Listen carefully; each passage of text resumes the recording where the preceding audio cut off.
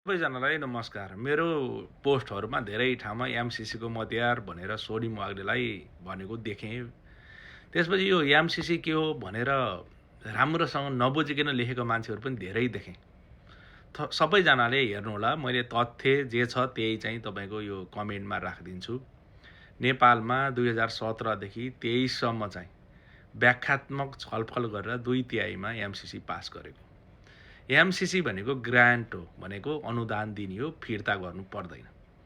सुरुमा 500 मिलियन, पछि चाहिँ एडिसनल 50 मिलियन गरेर 550 मिलियन चाहिँ अमेरिकन लगानी, 197 मिलियन चाहिँ नेपाली लगानी गरेर एमसिसीको टोटल बजेट त हो।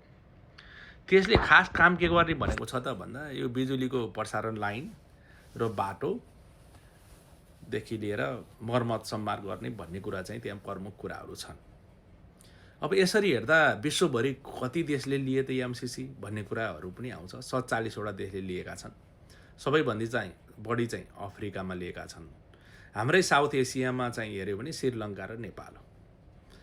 अहिलेसम्म कुनै पनि देशले एमसिसी लिएकै उमा अमेरिकाले त्यहाँ गएर हडपेको चाहिँ छैन। किन भन्दा हामी हिस्ट्री पढ्ने हो। हिजो पृथ्वीनारायण शाहले नेपाल एकीकरण गरे भनेर त हामीले देखेका त थिएनौँ, हिस्ट्री नै पढ्ने हो। हिस्ट्रीको आधारमा यो चाहिँ मैले देख्दिनँ। किन भन्दा कुनै पनि देशलाई त्यो छैन। किन भन्दा देखिन्छ, तपाईँहरूले गुगल गर्नुहोस्, जे गरे पनि देखिन्छ, भेटाइन्छ नि त प्रमाणहरू त। त्यही भएर पनि एमसिसी जस्तो ग्रान्ट चाहिँ ठुलो ग्रान्ट नेपाल आएर विकास चाहिँ भइदिए हुन्थ्यो। म चाहिँ भन्छु कि यो ऋणभन्दा त अनुदान राम्रो हो नि त। तपाईँ कलेजमा गएर स्कलरसिप पाउनु भने त राम्रो हो नि त, पैसा तिर्न परेन भने। हो, त्यस्तै कुरा हो। एमसिसी भनेको नेपाल विकासको लागि ठुला परियोजनाहरू आउनुपर्छ। विदेशीले लगानी गरेर परियोजना गरेर नेपाल विकास गरिदिएको चाहिँ राम्रो हो कि। त्यतातिरबाट हेरौँ के जहिले पनि एउटाको खुट्टा तान्ने। त्यहाँबाट कुन पार्टीले चाहिँ ठ्याक्कै भोट हाले त भन्ने कुरा पनि म यहाँ तपाईँलाई क्लियरली कमेन्टमा भन्छु। कुनै पार्टी भन्दा पनि त्यहाँ 2/3 पुर्याएर भोट हालेका छन् 2023मा, होइन।